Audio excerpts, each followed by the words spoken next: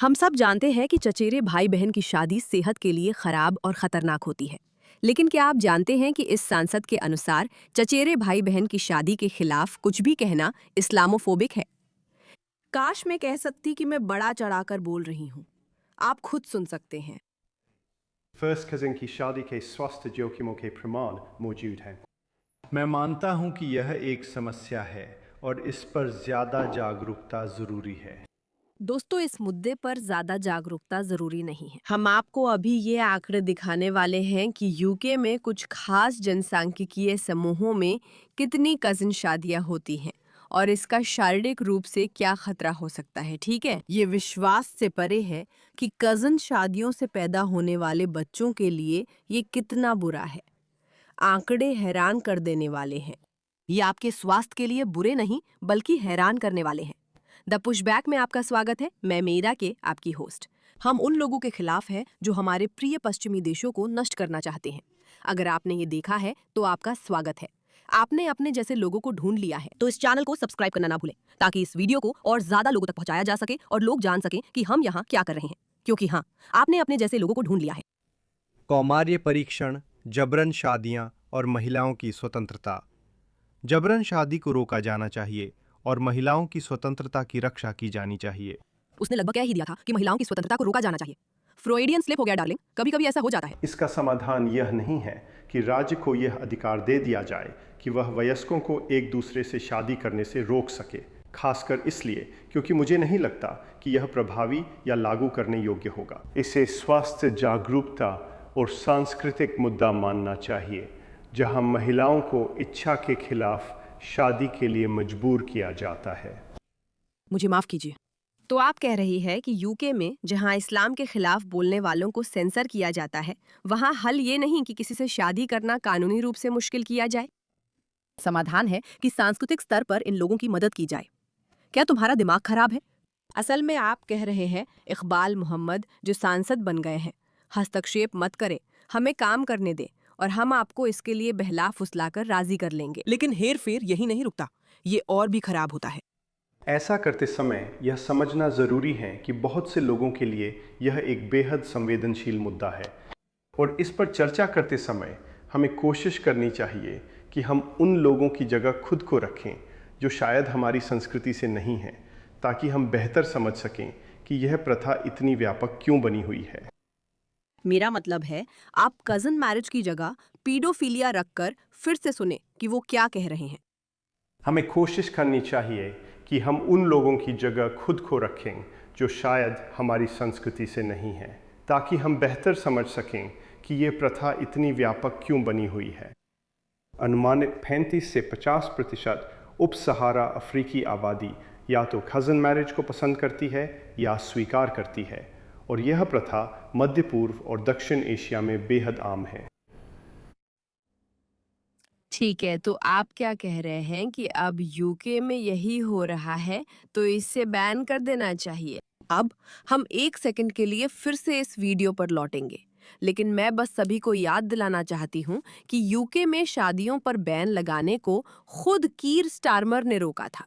सगे, चचेरे, ममेरे, फुफेरे या मौसेरे भाई बहनों की शादी से कई गंभीर स्वास्थ्य समस्याएं हो सकती हैं, जिनमें से कई जन्म के बाद सामने आती हैं। जब ये पीढ़ी दर पीढ़ी किया जाता है तो इसका कई गुना बढ़ाने वाला असर होता है।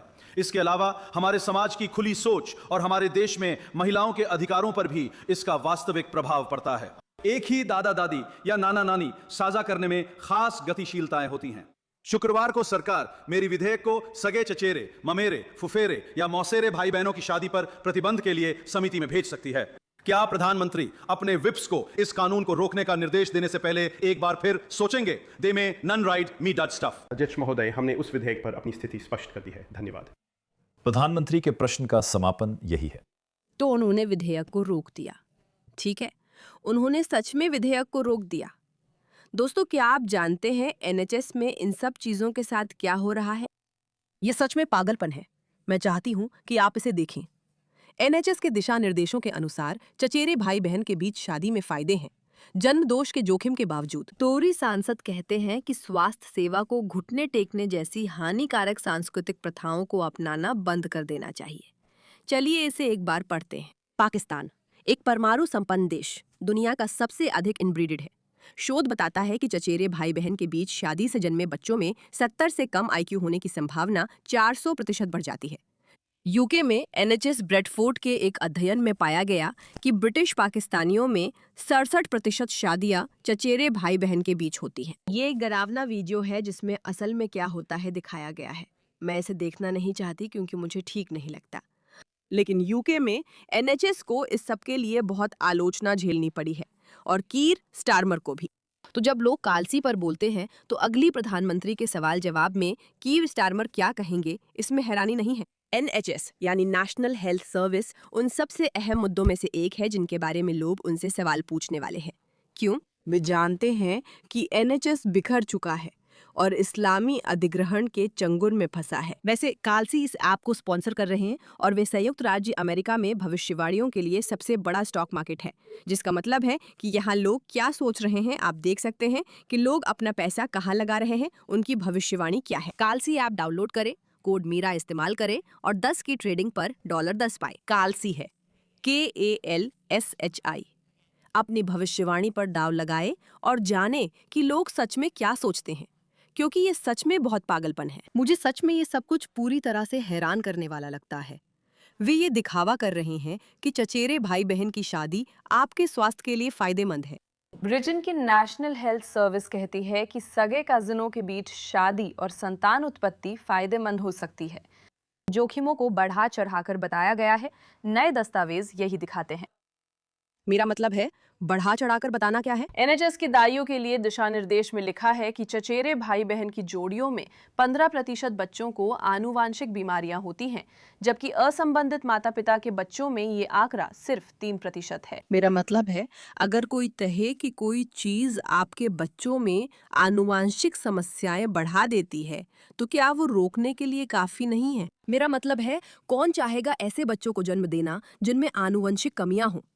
लेकिन अगर भगवान ऐसा बच्चा दें तो उसकी देखभाल करनी ही होती है। लेकिन अगर आपको पता है कि आपके पास ये विकल्प है कि आप ऐसे बच्चे के होने की संभावना को कम कर सकते हैं या उसे बहुत ज्यादा बढ़ा सकते हैं, तो आप ऐसा क्यों चाहेंगे? खासकर अगर आप खुद स्वास्थ्य व्यवस्था है। अब ध्यान रखें, अगर आप ऐसे लोगों को जन्म देते हैं जिनमें गंभीर स्वास्थ्य समस्याएं हैं, तो ये NHS और स्वास्थ्य प्रणालियों पर बोझ डालता है।